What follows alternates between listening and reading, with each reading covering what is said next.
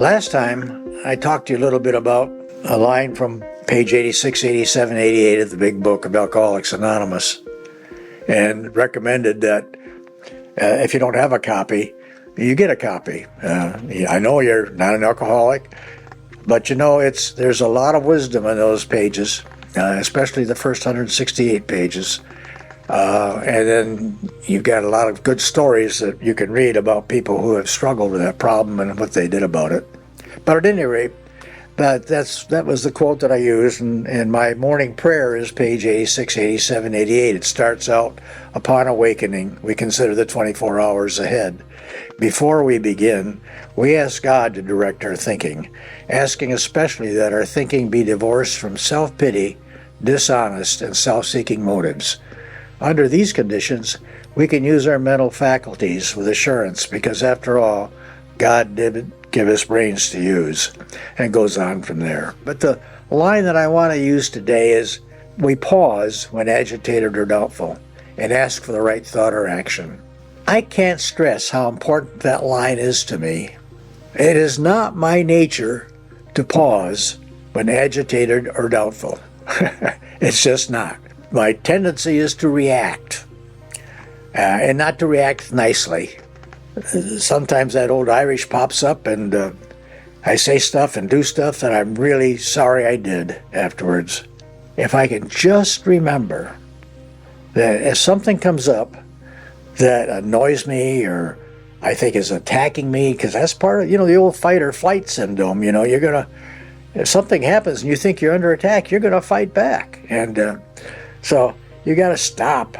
You got to stop. Wait a minute, are they really attacking me? And sometimes I get a little paranoid and I think people are attacking me when they're just simply making a comment or pointing out a fact or doing something, but somehow or other my brain twists it around. And so before I react, if I can only remember to stop, to pause, and just be quiet for a minute, okay, not react, and let the Holy Spirit, my intuition, God, whatever you want to say, give me the proper answer. We pause when agitated or doubtful and ask for the right thought or answer. So I'll tell you, it just really is so helpful to me. But the biggest chore I've got is remembering it. What I do is, if I start to react, I've got to just pinch myself. I got to do something physical to myself. Just bite your tongue. You've heard that saying, you bite your tongue? Well, bite your tongue. Don't I got to tell myself, don't react, Jim. Okay? Boy, is that hard for me. But don't react. Pause when agitated or doubtful and ask for the right thought or action. There's so much wisdom in that book, friends. There really is. And it really helps me every day. And many years ago, 30-some years ago, I just celebrated my 38th year in the program of Alcoholics Anonymous. So I guess it must have been about 37 years ago. An old-timer told me to read it, page 86, 87, 88, every day for 15 days. Well, I read it for 15 days, and then I kept on reading it, and pretty soon I didn't need to read it anymore because I knew it by heart. And that's my morning prayer now. And so I hope these thoughts are useful to you.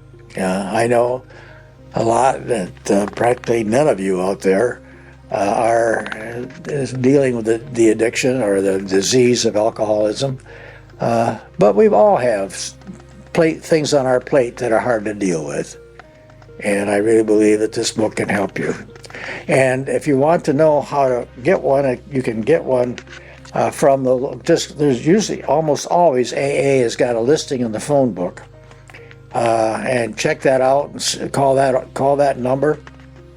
If they don't, the World Service Office in New York, I don't know what the number is offhand, but it's the AA World Service Office in New York City, New York, and look it up, and you can order a book from them. Well, take care of yourself. I hope these thoughts are helping you on your spiritual journey. I know they certainly have me on mine.